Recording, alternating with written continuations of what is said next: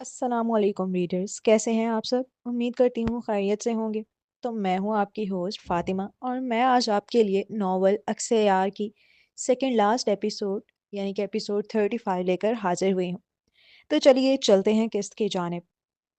میں آپ کا NIC کارڈ دینے ہی والی تھی، بس میرے ذہن سے نکل گئی تھی بات، رکے میں لاتی ہوں۔ دروازہ نوک ہوا تو وہ آہستہ قدم لیتی بیڈ سے اٹھی، کمرے کا دروازہ کھولا تو سامنے تاثیر کھڑا تھا، جسے دیکھتے ہی اسے NIC کارڈ کی یاد آئی جو اس نے کچھ وقت پہلے لیا تھا تاثیر سے۔ آمنہ کے والد کے سارے بینک اکاؤنٹ سیل ہو چکے تھے۔ اگر وہ شارق سے بچ بھی جاتی ہے تو بغیر پیسوں کی زندگی کیسے گزارے گی؟ یہی سوچ سوچ کر وہ صبح شام ہلکان ہوتی تھی۔ بلا شبہ تاثیر ایک اچھا انسان ہے، بہت رحم دل، جو اس کی بہت مدد کر رہا تھا اس مشکل وقت میں۔ لیکن آخر کب تک وہ ایک انجان آدمی کے سہارے بیٹھے رہ سکتی تھی؟ اس نے کمرہ آمنہ کو دے دیا تھا اور خود ہوٹل کے دوسرے روم میں شفٹ ہو گیا تھا۔ کھانے کے پیسے بھی وہی پے کرتا تھا۔ دن بدن وہ خود کو اس شخص کے احسانوں تلے دبتا ہوا پا رہی تھی۔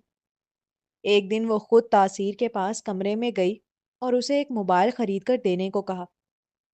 تاثیر کے دلائے ہوئے موبائل سے وہ اچھی خاصی آن لائن ارننگ کر رہی تھی، لوگوں کے لیے پلے اسٹور کی ایپس اور ویب سائٹس بنا کر۔ فیلڈ تو اس کی ڈاکٹر کی تھی، لیکن ایک بند کمرے میں رہتے ہوئے کمانے کے ذرائع تلاش کیے جو اسے یوٹیوب سے ملے۔ جہاں یوٹیوب سے اسے آئیڈیا ہوا، وہیں جیمنائی نے جیسے ٹیچر کی طرح اسے گائیڈ کیا۔ پہلی ایپ بنانے میں اسے کچھ مسائل پیش آئے، لیکن آہستہ آہستہ دن رات محنت کر کے وہ ایپ بنانا سیکھ گئی تھی۔ اب تو یہ حال تھا کہ صرف 2 گھنٹے میں وہ کوئی سی بھی ایپ بنا کر دے سکتی تھی پلے اسٹور کے لیے۔ اس نے فیس بک پر ایپ ڈیولپر کے نام سے ID بنا کر اپنی ابتدا کی تھی، اور اب 1 مہینے میں اس کے پاس اچھے خاصے کسٹمرز تھے۔ بینک اکاؤنٹ اور دیگر چیزوں کے لیے اگر ضرورت پڑتی تو وہ تاثیر کا شناختی کارڈ یوز کرتی۔ اس وقت اس کے موبائل میں سم ہو، جیز کیش اکاؤنٹ ہو یا ایزی پیسہ، سب تاثیر کے نام پر تھا۔ ایک انسان بند کمرے میں رہ رہا ہے، وہ بھی پورے 1 مہینے سے۔ باپ جیل میں بند ہے، منگیتر نے دھوکہ دے دیا۔ ان سب کے باوجود تاثیر نے اس لڑکی کو بڑا باہمت پایا۔ وہ کبھی مایوس نظر نہیں آتی تھی، بس پہلی رات ہی تھا جو اس نے دیکھا کہ وہ روئی ہو۔ اس کے بعد سے وہ لڑکی اپنے کاموں میں لگی رہی۔ حال یہ تھا کہ وہ ہمیشہ اسے بزی ہی نظر آتی تھی، ایسا لگتا تھا اس کے پاس سر کھجانے کی بھی فرصت نہیں ہے۔ وہ اپنے پاؤں پر کھڑے ہونے کی کوششیں کر رہی تھی۔ ایک ہوتا ہے ترس کھانا اور ایک ہوتا ہے عزت دینا۔ آدمی عورت کو مظلوم تو بہت آسانی سے کہہ لیتا ہے کہ بیچاری ہے، لیکن ہر عورت کو باہمت خاتون کا ٹیگ نہیں دیتا، اور جب وہ یہ دیتا ہے تو اس کا مطلب ہے کہ وہ اسے واقعی باہمت مانتا ہے، اس کی عزت کرتا ہے۔ اور تاثیر آمنہ کی عزت کرنے لگا تھا۔ وہ مسکرا کر بولی، ساتھ ہی تیزی سے اندر جانے لگی تھی اس کا شناختی کارڈ لانے۔ ویٹ، میں شناختی کارڈ لینے نہیں آیا۔ اسے جاتا دیکھ وہ تیزی سے بولا۔ تو پھر؟ آمنہ اس کی جانب پلٹ کر دیکھتی ہوئی ہولے سے استفسار کرنے لگی۔ جتنا اس نوجوان کا چہرہ سنجیدہ نظر آ رہا تھا، آمنہ کو خوف لاحق ہوا کہ کہیں وہ یہ نہ کہہ دے کہ 1 مہینے سے زیادہ ہو چکا ہے، میں کب تک تمہارا بوجھ اٹھاتا رہوں؟ چلو بی بی، اپنا خود دیکھو اب۔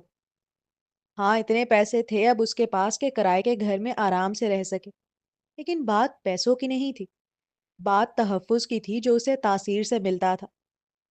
مانا وہ پورے پورے دن نظر نہیں آتا تھا، سامنے والا روم خالی ہی رہتا، لیکن وہ رات میں آ کے ایک بار چیک کرتا تھا، کھانا کھایا، کچھ چاہیے تو نہیں۔ ایک اپنائیت کا احساس دیتا تھا کہ کوئی ہے اس کے پیچھے اسے پوچھنے والا۔ وہ اس احساس کو کھونا نہیں چاہتی تھی۔ جب انسان کے پاس لوگ نہ ہوں تو بڑا ترستا سا ہو جاتا ہے، قدردان ہو جاتا ہے، وہ بھی ہو گئی تھی۔ میں کسی کو ملانے لایا ہوں آپ سے۔ کس کو؟ نہایت تجسس سے پوچھا۔ آپ کی اماں کو۔ کیوں مذاق کر رہے ہیں؟ میری موم کا تو انتقال ہوئے بھی کئی سال گزر چکے ہیں۔ جن بچوں کی ماں نہیں ہوتی اور وہ مشکل دور سے گزر رہے ہوتے ہیں، ان کی آنکھوں میں ماں کا ذکر بھی آنسو لے آتا ہے۔ اس کے بھی آ گئے تھے۔ ماں اچھے وقت میں تو یاد آتی ہی ہے، برے وقت میں اور شدت سے آتی ہے۔ لبوں پر مسکراہٹ تھی اس کے، لیکن لہجے میں بلا کی رنجیدگی۔ اور اگر میں کہوں کہ تمہاری اماں زندہ ہے اور تم سے تمہاری اصل پہچان چھپائی گئی ہے، تو کیا تم میرا اعتبار کرو گی؟ تاثیر کے سوال پر وہ الجھی نگاہ سے اسے تکنے لگی۔ سمجھ جو نہیں آ رہا تھا وہ کیا بول رہا ہے۔ شاری خلیل تمہارے پیچھے کیوں پڑا ہے؟ وہ تمہیں کیوں مارنا چاہتا ہے؟ اس نے تمہارے ساتھ محبت کا ناٹک کیوں کیا جو وہ تم سے محبت کرتا ہی نہیں تھا؟ کیا وہ صرف اس لیے تمہارا دشمن بنا کیونکہ تم نے اسے قتل کرتے دیکھا تھا؟ یا وہ پہلے سے ہی دشمن تھا تمہارا؟ یہی سوالات پوچھتی ہو نا تم؟ تو ان سب کے جوابات تمہیں یہ خاتون دے سکتی ہیں۔ آئیں آنٹی۔ ہر وہ سوال جس میں اس کی زندگی الجھی ہے، آج وہ ان کے جوابات اپنے ساتھ لے آیا تھا۔ جب اس نے سامنے کی جانب دیکھتے ہوئے آخری جملہ کہا تو آمنہ نے بھی تھوڑا سا کمرے سے باہر جھانک کر دیکھا تو ایک خاتون اس کے سامنے آ کر کھڑی ہوئی۔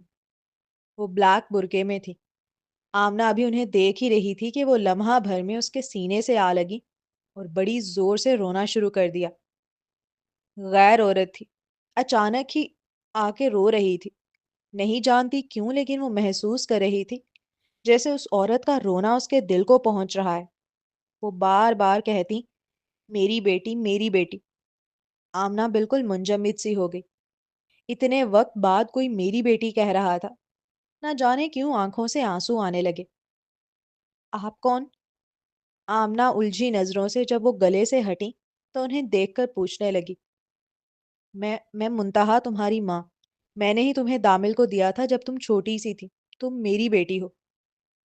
ایک دو لمحے وہ سن ذہن کے ساتھ انہیں دیکھنے لگی۔ انہوں نے کوئی ایٹم بم ہی پھوڑا تھا اس کے سر پر۔ لمحہ بھر میں اس کی پہچان بدل ڈالی تھی۔ وہ دامل خان کی بیٹی نہیں ہے، یہ کسی دھچکے کی طرح لگا اس کے دل کو۔ یہ کون ہے تاثیر؟ اور یہ کیوں اتنی عجیب عجیب باتیں کر رہی ہیں؟ ہوش سنبھالنے کے بعد جس نے اس کی انگلی تھامی وہ دامل ہی تھا، اس کا باپ، بے انتہا محبت کرنے والا باپ، ہر خواہش پوری کرنے والا باپ۔ کیسے وہ ایک انجان عورت کے کہنے پر مان لے کہ دامل خان اس کا باپ نہیں، وہ آمنہ دامل خان نہیں؟ جیسا کہ میں نے پہلے کہا یہ تمہاری اماں ہے۔ انہوں نے ہی تمہیں دامل خان کو دیا تھا اور یہ بات شاری خلیل بھی جانتا ہے۔ وہ تم سے اس لیے نفرت نہیں کرتا کیونکہ تم آمنہ دامل خان ہو یا تم نے قتل ہوتے دیکھا ہے۔ وہ تم سے اس لیے نفرت کرتا ہے کیونکہ تم یاسر اور منتہا کی اولاد ہو، ان لوگوں کی جنہوں نے اس کی ماں کو تکلیف پہنچائی۔ اس کے ہاتھ کانپنے لگے۔ وہ دو قدم پیچھے ہٹی جیسے زمین اس کے قدموں کے نیچے سے کھسک رہی ہو۔ جس شناخت کے سہارے وہ اب تک زندہ تھی وہ ایک جھوٹ نکلی۔ یہ تمہاری اماں ہے۔ یہ جملہ سن کر ایک لمحے کو وقت رک گیا۔ اس کے کانوں میں عجیب سی سیٹی بجنے لگی۔ آنکھوں کے سامنے اندھیرا سا چھا گیا۔ اس نے بے یقینی سے سامنے کھڑے شخص کو دیکھا، جیسے الفاظ کا مطلب سمجھنے سے انکار کر رہی ہو۔ نہیں۔ ہونٹ ہلے لیکن آواز نہ نکلی۔ اس کا دماغ تیزی سے چلنے لگا۔ یاسر، منتہا، دامل خان، شاری خلیل، سب نام ایک دوسرے سے ٹکرا کر بکھرنے لگے۔ اس کا وجود جیسے دو حصوں میں تقسیم ہو گیا ہو۔ تو وہ مجھ سے نفرت؟ سانس اٹک گئی۔ میری وجہ سے نہیں، میرے ماں باپ کی وجہ سے ہے۔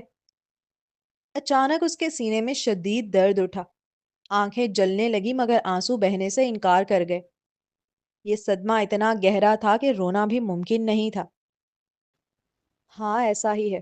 وہ سمجھتا ہے کہ اس کی ماں کو میں نے تکلیف پہنچائی ہے۔ وہ رپورٹس میں نے بدلی۔ منتہا روتے ہوئے بولی۔ کون سی رپورٹس؟ آمنہ نے اشتیاق کے ساتھ استفسار کیا۔ سب بتائیں گے تمہیں مگر پہلے اندر چلو۔ دروازے پر اتنی دیر کھڑے ہونا ٹھیک نہیں۔ خطرہ ٹلا نہیں تھا بلکہ کئی گنا بڑھ چکا تھا۔ یقیناً اب تک منتہا کے غائب ہونے کی خبر ہر طرف پھیل چکی ہوگی۔ تاثیر علی، وہ شخص جو شیر کی کچھار میں گھس کر اس کا شکار نکال لایا تھا، اب سب سے زیادہ خطرے کی زد میں تھا۔ وہیں دوسری جانب شارق گھر میں داخل ہوا ہی تھا کہ وہ سامنے ہی گارڈن میں ٹہلتی نظر آئی۔ وہ بہت اداسی معلوم ہو رہی تھی دیکھنے سے ہی، مگر اس کی ناراضگی عروج پر تھی۔ سوچ لیا تھا برابر سے گزر کر چلا جائے گا، ایک لفظ نہیں کہے گا اسے۔ چوچو۔ ابھی وہ برابر سے گزرتا اس سے قبل ہی طیبہ نے تیزی سے آ کر اس کی چوڑی مضبوط کلائی تھامی۔ وہ رک گیا تھا لیکن پلٹ کر نہ دیکھا۔ مجھے اپنے گھر والوں کی بہت یاد آ رہی ہے۔ اور اس لڑکی کا کہا ایک جملہ شاری خلیل کو پتھر کا کر گیا ہو۔ وہ رنجیدہ سے لہجے میں کہتی ہوئی پیچھے سے آ کر اس کے بازو سے اپنی پیشانی لگا کر کھڑی ہو گئی۔ شاری کی آنکھوں کے سامنے اب وہ لمحات گھوم رہے تھے جس میں وہ روڈ پر کھڑے ہو کر اپنے بندوں سے اس کے والد اور بھائی کو پٹوا رہا تھا، ان کے ساتھ بدتمیزی کر رہا تھا، انہیں دھمکیاں دے رہا تھا۔ کاش ماضی بدلا جا سکتا تو یقیناً وہ کبھی یہ بے وقوفیاں نہ کرتا جو آج اسے شرمندگی کی انتہا گہرائیوں میں اتار رہے تھے۔ اگر غلطیوں کا موازنہ کیا جائے تو کوئی بعید نہیں کہ اس کا پلہ بھاری نکلے گا کہ وہ کس منہ سے ناراضگیاں لیے بیٹھا ہے۔ کیا وہ بھول گیا ہے وہ تاثیر کی ہی تھی، اس نے طلاق کروائی؟ کیا وہ بھول گیا ہے ایک اچھے خاندان سے تعلق رکھتی تھی وہ تھا جس نے اس کے خاندان والوں کو ڈرا دھمکا کے اس سے دور کیا؟ کیا وہ بھول گیا ہے وہ اپنے گنہگار کو معاف کرنے پر مجبور ہوئی ہے، رضامند نہیں؟ عجیب سچویشن تھی اس کی، جذبات گڑمڑ سے ہو رہے تھے، دماغ میں جیسے دو خیالات لڑ رہے ہوں۔ ایک طرف مردانہ فطرت کہ شوہر ہے، حق رکھتا ہے جاننے کا کہ وہ اپنے ایکس ہسبینڈ سے کیوں ملنے گئی، اور جب گئی ہے تو سچ کیوں نہیں بتا رہی۔ مگر دوسری جانب ایک سوچ یہ لڑ رہی تھی کہ وہ تو خود اس کا گنہگار ہے، اس کا دل جانتا ہے یہ صرف مجبوریاں ہیں جو اس لڑکی کو باندھے ہوئے ہیں، ورنہ راہ ملے تو ممکن نہیں کہ وہ رکے، وہ پہلی فرصت میں چھوڑ جائے گی۔ کیا تم جانتے ہو وہ لوگ کہاں ہیں؟ کیا تم بس ایک بار مجھے ان سے ملا سکتے ہو؟ وہ اب شارق کے آگے آ کر اس کی آنکھوں میں جھانکتے ہوئے پر امید نظروں سے تکتے منتی لہجے میں بولی۔ جب سے تاثیر کا میسیج آیا تھا کہ اس نے منتہا آنٹی کو آزاد کرا لیا ہے اور اب وہ آمنہ سے انہیں ملوانے لے کے جا رہا ہے، تب سے اس کا دل بھی اپنے گھر والوں سے ملنے کے لیے بڑا تڑپ رہا تھا۔ اسے یقین تھا شارق جانتا ہوگا کہ اس کے گھر والے کہاں ہیں اور وہ ملا سکتا ہے اسے۔ میں میں ملوا دوں گا، بہت مشکل سے یہ جملہ ادا کیا تھا اس نے۔ لب خشک تھے اس کے، حلق تک سوکھ رہا تھا۔ نہیں پتا وہ کون سا احساس تھا جو اندر سے جھنجھوڑ رہا تھا۔ کیا وہ اس کے گھر والوں کا سامنا کر سکتا ہے؟ بار بار یہ سوال اس کے ذہن سے ٹکرا رہا تھا۔ سچی؟ اتنی خوشی، اتنی خوشی کہ اسے لگا وہ سانس نہیں لے سکے گی۔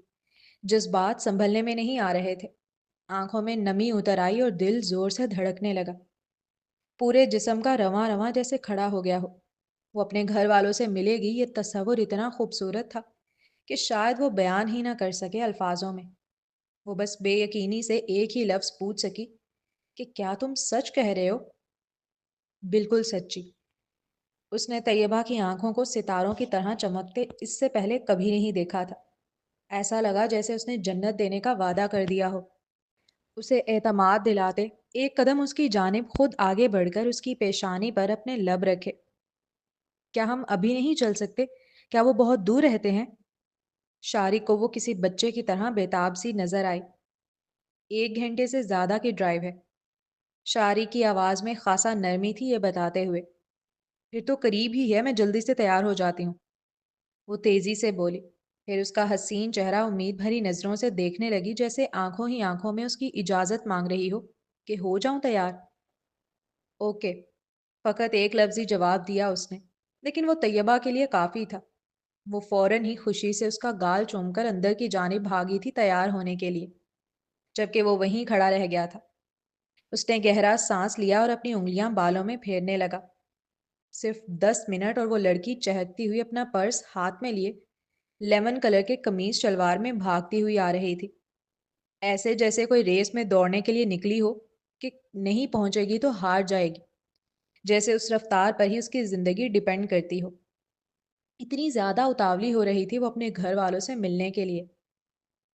چلیں؟ وہ اسبات میں سر ہلا کر آگے کی جانب بڑھ گیا۔ طیبہ خوشی خوشی اس کے پیچھے آئی۔ دوران سفر مکمل خاموشی طاری تھی۔ طیبہ اپنی خوشیوں بھری دنیا میں تھی، وہیں وہ نوجوان جیسے پچھتاووں کی آگ میں خود کو جلتا ہوا پا رہا تھا۔ دونوں کے جذبات بالکل الگ تھے، اپوزٹ۔ ایک طرف خوشی کا کوئی ٹھکانہ نہیں تھا تو دوسری طرف شرمندگی اور دکھ کی کوئی حد نہ تھی۔ گاڑی جب ایک گلی میں آ کر بلیک کلر کے دروازے کے سامنے رکی تو طیبہ نے فوراً خوشی سے شارق کی جانب دیکھا۔ وہ آنکھوں ہی آنکھوں میں پوچھ رہی تھی، کیا یہی ہے؟ مقابل نے سر اس بات میں ہلایا۔ وہ اتنی ایکسائٹیڈ تھی اپنے گھر والوں سے ملنے کے لیے کہ اس نے شارق کا پھر انتظار نہ کیا اور تیزی سے گاڑی کا ڈور کھول کر اتر گئی۔ اس کے گاڑی سے اترتے ہی شارق نے اسٹیئرنگ ویل پر اپنا سر ٹکایا۔ نہیں بتا سکتا وہ کس قدر پچھتاوے کی آگ میں جل رہا تھا۔ ابھی وہ اسٹیئرنگ ویل پر اپنا سر ٹکائے ہوئے ہی تھا کہ شیشہ نوک ہوا، جس پر اس نے اپنا سر اٹھایا اور گاڑی کا شیشہ نیچے کرنے لگا۔ گاڑی کا شیشہ جیسے جیسے نیچے ہوتا جا رہا تھا، ویسے ویسے طیبہ کا خوبصورت چہرہ نمودار ہوتا جا رہا تھا۔ چلو اتر بھی جاؤ، وہ جلد باز لہجے میں بولی، جس پر شارق اس کا بے بسی سے چہرہ دیکھنے لگا۔ وہ کیسے اتر جائے؟ کیا وہ نہیں جانتا اندر رہنے والے ہر شخص کا گنہگار ہے وہ، سب کا مجرم؟ ان سے آنکھیں کیسے ملائے گا؟ کس حوصلے سے ان کے سامنے کھڑا ہوگا؟ صرف اس کے کہنے پر وہ گاڑی سے اترا۔ رومینا پلیز، طیبہ نے اس کے سامنے ہی گھر کی بیل بجائی اور ساتھ ہی تیزی سے آ کر اس کا ہاتھ پکڑ کر کھینچنے لگی، جس پر اس نے بہت آہستگی کے ساتھ انکار کیا۔ کیا تم اندر نہیں چلو گے میرے ساتھ؟ میں نہیں جا سکتا، مجھ میں ہمت نہیں ہے۔ وہ تمہارے والد ہیں، تمہارے بھائی، میں ان کا سامنا نہیں کر سکتا، میں بالکل ان کا سامنا نہیں کر سکتا۔ اپنی شرٹ میں جیسے کچھ ڈھونڈ رہا ہو، نظر ملانا تو دور کی بات، وہ تو نظر اٹھا تک نہیں رہا تھا۔ اس نے پھر انکار کیا۔ کیوں؟ کیونکہ میں تمہارے ساتھ ساتھ ان سب کا بھی گنہگار ہوں، میں نے ان سب کے ساتھ بھی بہت زیادتیاں کی ہیں۔ وہ سرخ پڑتا جا رہا تھا بالکل۔ طیبہ نے دیکھا اس کی مٹھیاں بھینچی ہوئی ہیں۔ تو معافی مانگو۔ کیا معافی مانگنے میں انا آڑے آ رہی ہے کہ میں تو شارق خلیل ہوں، میں کیسے معافی مانگ سکتا ہوں؟ ایسی بات نہیں ہے، وہ طیبہ کی بات سنتے ہی تیزی سے رد میں بولا۔ تو پھر وہ مجھے معاف نہیں کریں گے۔ اس لڑکے نے ابھی تک نظر نہیں اٹھائی تھی اور یہ بات طیبہ دیکھ سکتی تھی۔ اور یہ فیصلہ کرنے والے تم کون ہوتے ہو؟ مجھے پتا ہے وہ نہیں کریں گے۔ پہلے تم معافی مانگو، پھر انہیں ڈیسائیڈ کرنے دو انہیں معاف کرنا ہے یا نہیں، وہ نرمی سے سمجھانے والے انداز میں گویا ہوئی۔ ابھی وہ بول کر خاموش بھی نہ ہوئی تھی کہ دروازہ کھلا اور طیبہ کو اپنی چھوٹی بہن سعدیہ نظر آئی۔ آپی، آپی یہ واقعی آپ ہو؟ اسے جیسے یقین نہ آیا ہو۔ طیبہ کو بھی کہاں اعتبار آیا تھا کہ اس وقت وہ اپنی چھوٹی بہن کو دیکھ رہی ہے، جو پہلے سے کافی بڑی نظر آ رہی تھی۔ سعدیہ؟ وہ روئے، وہ ہنسے، پہلے گلے ملے یا پہلے اسے دیکھے اور اپنی آنکھوں میں بسائے، اسے سمجھ نہیں آ رہا تھا۔ اپنی بہن کو دیکھتے ہی جیسے سارے جذبات آپے سے باہر ہو گئے ہوں، اور جو وہ کر سکی وہ تھا رونا۔ وہ رونے لگی۔ سعدیہ خود ہی اس کے گلے آ لگی تھی، خود ہی وہ تو بس روئے جا رہی تھی پھوٹ پھوٹ کر۔ امی، آپ ہی آئی ہیں، جمشید بھائی دیکھیں آپ ہی آئی ہیں، پاپا۔ وہ گلے لگے ہی اندر کی جانب دیکھتے ہوئے بآوازِ بلند صدائیں لگانے لگی، جیسے خوشی کے مارے چیخ چیخ کر پوری دنیا کو بتا دینا چاہتی ہو کہ اس کی آپی آ گئی ہے۔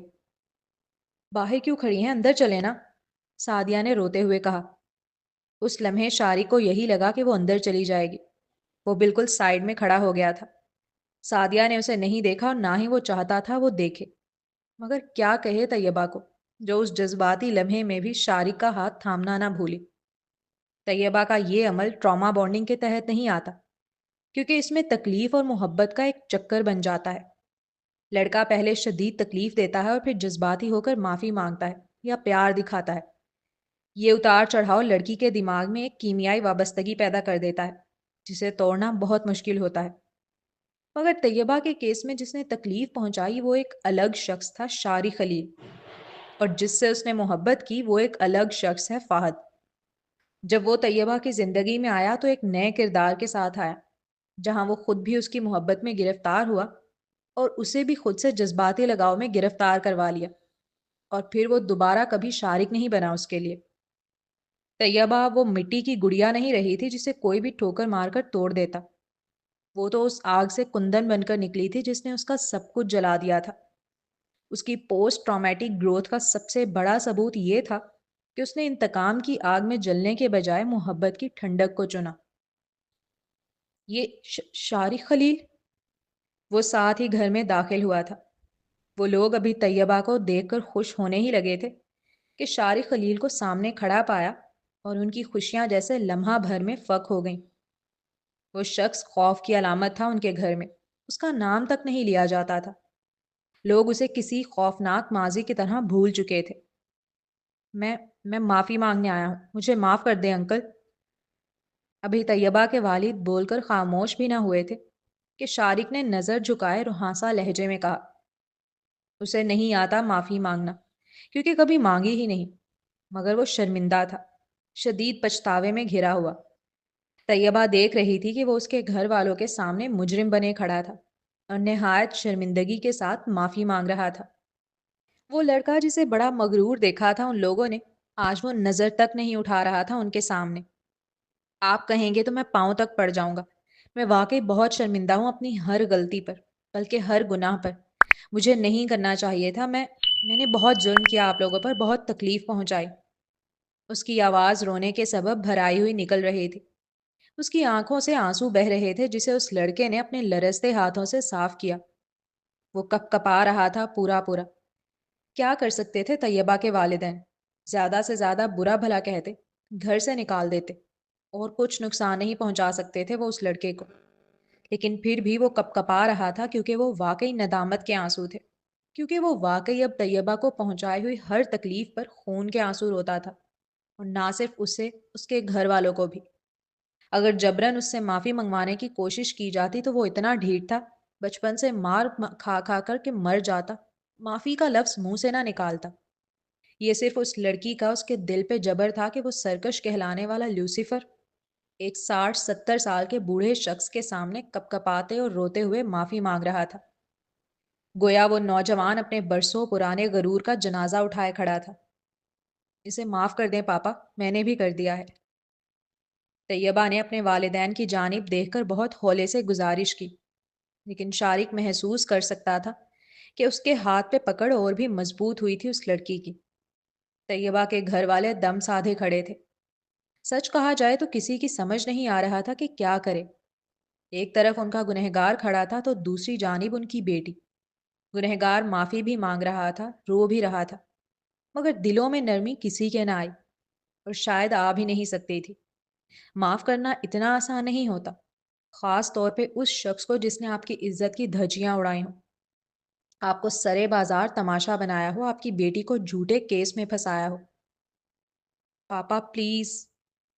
طیبہ کچھ کہنے ہی لگی تھی جب شارق نے اس کے ہاتھ پر اپنا ہاتھ رکھا، جو اشارہ تھا کہ بس اب رک جاؤ، مزید ان پہ پریشر مت ڈالو۔ میں آپ سب سے معافی مانگتا رہوں گا جب تک آپ لوگ مجھے معاف نہیں کر دیتے، اس نے دھیمے مگر پرعزم لہجے میں کہا۔ میں باہر ہوں، آرام سے مل لو۔ ساتھ ہی طیبہ کے کان کے پاس منہ لا کر آہستہ سے کہتا پلٹ کر چل دیا۔ اس نے فورس نہیں کیا تھا کہ ابھی معاف کرو، کیونکہ وہ خود بھی جانتا ہے کہ اس کے گناہ معافی کے قابل نہیں ہیں، خاص طور پہ ان ماں باپ کے لیے تو بالکل نہیں جن کی جوان بچی کی زندگی تباہ کی گئی ہو۔ شاری کے وہاں سے جاتے ہی مہوش بیگم تیزی سے آ کر اس سے چمٹ گئیں اور اسے خوب پیار کرنے لگی۔ مبشر صاحب اپنی جگہ کھڑے رہے۔ وہ جیسے نادم تھے کہ ایک باپ ہو کر بھی وہ اپنی بیٹی کو نہ بچا سکے، اور نہ صرف نہ بچا سکے بلکہ اسے چھوڑ کر آنے پر بھی مجبور ہوئے۔ انہیں ہمیشہ یہ گلٹ مارتا تھا کہ وہ اپنی بیٹی کو تنہا چھوڑ آئے ہیں، مگر جب دوسری بیٹیوں کا بھی ساتھ تھا تو وہ وہاں کیسے رک سکتے تھے؟ پاپا۔ طیبہ اپنے بھائی بہن اور والدہ سے ملنے کے بعد اپنے والد کی جانب خود چلتی ہوئی آئی۔ میں بہت مجبور باپ تھا، 2 بیٹیاں تھیں میرے ساتھ، میں مقابلہ نہیں کر سکا، میں مقابلہ۔ ان کی آنکھوں سے آنسو بہہ رہے تھے۔ وہ اپنی بیٹی کو قریب آتے دیکھتے ہی ہاتھ جوڑ کر معافی مانگنے لگے۔ ابھی وہ معافی مانگ ہی رہے تھے جب طیبہ نے ان کے ہاتھوں کو پکڑ لیا۔ ایسا نہ کریں پاپا، میں سمجھتی ہوں۔ ہاں، وہ نہیں بھول سکتی ان لمحات کو جب وہ دروازے کو دیکھتی رہتی تھی کہ میری ملاقات آئے، مگر کوئی نہیں آتا تھا۔ وہ نہیں بھول سکتی ان لمحات کو جب وہ پولیس اسٹیشن کے باہر بینچ پر بیٹھی ہوئی تھی اور کوئی گھر نہیں تھا اس کے پاس جانے کے لیے۔ بہت ٹوٹی ہے وہ، بہت بار بکھری ہے۔ جب جیل سے نکل رہی تھی تو یہی سوچتی تھی کہ اب اپنے ماں باپ کے گلے لگ کر انہیں خود پر گزری ہر تکلیف بتائے گی، لیکن جب باہر نکلنے کے بعد کسی کو نہ پایا تو خود کو سنبھالنا سیکھ لیا۔ طیبہ کا یہ کہہ دینا کہ میں سمجھتی ہوں، مبشر صاحب کے سینے سے منو بوجھ اتار گیا تھا۔ مجھے کوئی شکایت نہیں ہے آپ سے، بس مجھے پیار سے اپنے گلے لگا لیں، اور جیسے پہلے میری کمر پہ تھپک کر کہتے تھے نا کہ سب ٹھیک ہو جائے گا. میں ہوں، تم کیوں فکر کرتی ہو؟ ویسے ایک بار پھر کہہ دیں پاپا، مجھے یہ احساس چاہیے کہ میرے پیچھے بھی کوئی کھڑا ہے. میں تھک گئی ہوں اکیلے لڑتے لڑتے. وہ روتے ہوئے کہتی اپنے باپ کے سینے سے سر لگا گئی. میں کھڑا ہوں میری بچی، میں کھڑا ہوں. سالوں بعد اپنے والد کی پیار بھری تھپکی پا کر اس کا دل جیسے سکون میں آ گیا تھا. بڑی بہن کی تو شادی ہو چکی تھی، مگر بھائی اور چھوٹی بہن کے ساتھ وہ بیٹھ کر خوب باتیں کرنے لگی. اس کی ماں نے جلدی سے اس کے لیے پسندیدہ کھانے بنانا شروع کر دیے تھے. والد بھی قریب ہی بیٹھے اس کی باتیں سن رہے تھے. ایسے میں اس کا سیل رنگ ہونے لگا. اس نے پرس میں سے موبائل نکالا تو چوچو نام چمک رہا تھا. ہیلو، تم آج رات یہیں رک جاؤ، میں صبح آ جاؤں گا تمہیں لینے. اوکے؟ اوکے، شکریہ. اس نے دو لفظی جواب دے کر کال ڈسکنیکٹ کر دی تھی. شارق سمجھتا تھا کہ وہ سالوں بعد اپنے گھر والوں سے ملی ہے. 2-3 گھنٹوں میں کہاں اس کا دل بھرنا ہے. یہ چوچو کون ہے آپی؟ سعدیہ نے اسکرین پر نام دیکھ لیا تھا، اس لیے ہنستے ہوئے پوچھنے لگی. میرے ہسبینڈ. اور طیبہ کا یہ کہنا سب کے کان کھڑے کر گیا. تم نے شادی کر لی؟ جمشید نے تیزی سے استفسار کیا. کس سے؟ اس کی والدہ کچن سے آ کر. کون ہے وہ؟ مبشر صاحب بھی کہاں خود کو روک سکے تھے سوال کرنے سے. کہاں ملا؟ جمشید کا سوال اب فکر مندی بھرا تھا. کیا وہ اچھا انسان ہے؟ مبشر صاحب تیزی سے پریشان لہجے میں پوچھنے لگے. تاثیر نے طیبہ کو طلاق دے دی ہے جیل میں. یہ بات مبشر صاحب کو اپنے دوست خرم سے پتہ چل گئی تھی. تبھی تو ان لوگوں کا دل اور پارے پارے ہوتا تھا. اللہ اللہ. پہلے تو طیبہ اپنے گھر والوں کا ریئیکشن دیکھ کر ہنسی. آپ پوچھ رہے تھے نا مجھ سے کہ میں شارق کے ساتھ کیسے آئی. جب سے طیبہ آئی تھی جمشید اور مبشر صاحب 2-3 بار یہ سوال کر چکے تھے، اور جواباً اس نے اتنا ہی کہا تھا اب تک کہ وہ معافی مانگنا چاہتا تھا آپ لوگوں سے، اور اسے ہی پتا تھا کہ آپ لوگ کہاں رہتے ہیں، اس لیے مجھے اس کے ساتھ آنا پڑا. اور وہ لوگ اس کے جواب پر مطمئن بھی ہو گئے تھے، کیونکہ اس کے علاوہ اور کیا ہی صورت ہو سکتی تھی ان کے ساتھ آنے کی. دراصل وہ میرے شوہر ہیں. طیبہ کے جملے نے کمرے میں موجود ہوا کو جیسے منجمد کر دیا. جمشید اور مبشر صاحب یوں ہکا بکا رہ گئے جیسے انہوں نے اپنے سامنے زندہ انسان کو مٹی کا بت بنتے دیکھا ہو. ان کے ذہنوں میں شارق کا وہ ظالم چہرہ اور طیبہ کے زخم باری باری گھومنے لگے. وہ حیرت کے اس مقام پر تھے جہاں انسان کے پاس نہ الفاظ بچتے ہیں اور نہ ہی آنسو. جبکہ مہوش بیگم اور سعدیہ ایک دوسرے کے چہرے سوالیہ نظروں سے دیکھنے لگیں، جیسے پوچھ رہی ہوں کہ کیا جو ہم نے سنا وہ سچ ہے. جب وہ جیل سے نکلی تھی تب اگر کوئی اس سے کہتا کہ وہ شارق خلیل کی بیوی بنے گی تو یقیناً وہ کہنے والے کو پاگل سمجھتی اور اسے محال اور ناممکن گمان کرتی. اس لیے وہ اپنے گھر والوں کے ریئیکشن کو سمجھ سکتی تھی. شارق خلیل نے تم سے شادی کر لی؟ کیسے؟ مطلب وہ تو اپنی منگیتر سے بڑی محبت کرتا تھا. جمشید نے اپنی حیرت پر قابو پاتے نہایت الجھے لہجے میں استفسار کیا. کیا بیٹا اس نے تمہیں تکلیف پہنچانے کے لیے شادی کی ہے؟ مبشر صاحب فوراً ہی اس کے پاس آ کر بیٹھتے ہوئے پوچھنے لگے. ان کے لہجے سے فکر جھلک رہی تھی. نہیں، وہ اپنی منگیتر سے محبت نہیں کرتا اور نہ ہی اس نے مجھے تکلیف دینے کے لیے شادی کی ہے. وہ دراصل اب وہ اپنے گھر والوں کو بتاتی چلی جا رہی تھی کہ کیسے شارق خلیل فہد بن کر اس کے گھر آ کر رہنے لگا، کیسے ان کے درمیان ایک خوبصورت سا بانڈ بنا. ہر وہ بات جو شارق اور اس کے درمیان ہوئی اور وہ بھی جو منتہا اور اس کے درمیان ہوئی، وہ سب اب اپنے گھر والوں کو بتا رہی تھی. پوری رات باتیں کرتے ہوئے گزری تھی. فجر کی نماز پڑھنے کے بعد وہ یوں ہی تازہ ہوا لینے جب بالکنی کے پاس آ کر کھڑی ہوئی تو اگلے ہی پل اس کی آنکھیں شوق سے پھیلیں. شارق کی گاڑی سامنے ہی کھڑی نظر آ رہی تھی، اور نہ صرف گاڑی، اس میں بیٹھے ہوئے شخص کو سوتے ہوئے دیکھ سکتی تھی. وہ اس نوجوان نے جب سے ہوش سنبھالا تھا تب سے ایک ہی بات اس کے کان میں پڑی: اس حرام کی اولاد کو پھینکاؤ کہیں. اور اس وجہ سے اس کے دل میں خوف پیدا ہو گیا تھا. وہ ہمیشہ یہی ڈرا رہتا کہ اس کی ماں اسے کہیں چھوڑ نہ دے. اور پھر وہ وقت آیا کہ اس کی ماں چھوڑ گئی، وہ بھی ہمیشہ کے لیے. ہونا تو یہ چاہیے تھا کہ خوف ختم ہو جاتا. اسے تو یہی لگا کہ ہو گیا ہے جب تک طیبہ اس کی زندگی میں نہیں آئی. وہ کسی چیز سے نہیں ڈرتا تھا سوائے طیبہ کے چھوڑ جانے سے. اور جتنا اس کے دل میں طیبہ کی محبت بڑھ رہی تھی اتنی ہی اس خوف کی جڑیں مزید گہری ہوتی جا رہی تھیں۔ وہ آفس سے آتے ہی ڈائریکٹ یہاں آ گیا تھا۔ نہ اس لڑکے نے کھانا کھایا نہ فریش ہونے گیا، اور وہ پوری رات اسی حالت میں گاڑی میں گزار چکا تھا۔ طیبہ کافی دیر تک خاموشی سے کھڑی اسے دیکھتی رہی۔ اگر تم نے جو بتایا وہ سچ ہے اور وہ نادم ہے اپنی غلطیوں پر، واقعی شرمندہ ہے، تو اس سے کہو تمہیں طلاق دے دے، آزاد کر دے تمہیں اور چلا جائے ہماری زندگیوں سے ہمیشہ کے لیے۔ ہم اسے معاف کر دیں گے۔ اپنے والد کے الفاظ اب اس کے کانوں میں گونج رہے تھے۔ اس نے گہرا سانس لیا، جیسے اس تازہ ہوا میں بھی اسے آکسیجن نہ آ رہا ہو۔ اب چلتے ہیں اگلے سین کی جانب۔ کیا ہوا؟ وہ سیڑھیوں سے اتر کر نیچے کی جانب آئی تو اپنے سارے ملازمین کو بڑی عجیب نگاہ سے خود کو گھورتا ہوا پایا۔ اس کے سوال کرتے ہی وہ سب نفی میں سر ہلا کر تیزی سے وہاں سے رفو چکر ہوئے، مگر ان لوگوں کی آنکھوں میں جو عجیب سا تاثر تھا وہ طیبہ کو الجھا گیا تھا۔ کیونکہ وہ ناشتہ لینے آئی تھی اس لیے کچن کی جانب بڑھی اور اپنا ناشتے کا سامان لے کر واپس اپنے کمرے میں لوٹ گئی۔ ابھی وہ ناشتہ کر ہی رہی تھی کہ یوں ہی خیال آیا کہ چیک کر لے موبائل میں نمرا کا کوئی میسج تو نہیں آیا۔ موبائل اٹھایا تو اس نے نمرا کا میسج چیک کرنے کے لیے تھا، مگر نوٹیفیکیشن پر آنے والی نیوز پڑھتے ہی اس کی آنکھوں میں جیسے بلا کی حیرت دوڑ گئی۔ معروف بزنس ٹائکون شاری خلیل کی اہلیہ کے حوالے سے بڑی خبر۔ مسز شاری خلیل کو ان کے سابق شوہر کے ہوٹل روم سے نکلتے ہوئے دیکھا گیا۔ فوٹیج منظر عام پر آ گئی۔ محبت یا کوئی نیا تنازع؟ شاری خلیل کی بیگم اپنے سابق شوہر کے ہوٹل روم سے باہر آتے ہوئے کیمرے کی آنکھ میں قید، تصاویر وائرل۔ سابقہ شوہر کے کمرے سے مسز شاری خلیل کی برآمدگی، ہوٹل کی راہداریوں میں ہلچل، ذرائع نے ملاقات کی تصدیق کر دی۔ طیبہ نے لرزتے ہاتھوں کے ساتھ اس فوٹیج کی ویڈیو کو پلے کیا۔ وہ ہوٹل کے کمرے سے باہر نکلتی ہوئی نظر آئی، ساتھ ہی اس کے پیچھے تاثیر نکلا تھا۔ اس فوٹیج کو دیکھنے کے بعد طیبہ کو لگا وہ سانس نہیں لے سکے گی۔ یہ تاثیر کا کمرہ نہیں تھا، یہاں تو آمنہ اور منتہا رکے ہوئے تھے اور وہ انہی سے ملنے گئی تھی، آخری بار منتہا کو اللہ حافظ کہنے کے لیے، کیونکہ دوسرے دن وہ اور آمنہ اسلام آباد جانے والے تھے تاثیر کے ساتھ۔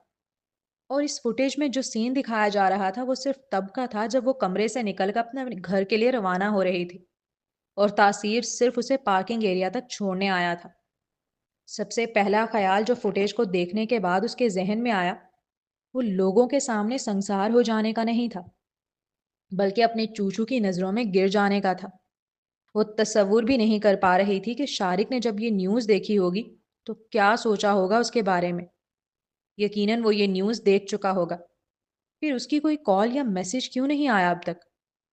اگلے ہی پل اس نے خود شارق کو کال کرنے کا سوچا تاکہ اسے سچ بتا سکے، اور پھر کال کرتے کرتے جیسے اس خیال نے ہٹ کیا کہ وہ اسے بتائے گی کیا۔ اسے احساس اب ہوا تھا کہ وہ بری طرح پھنس چکی ہے۔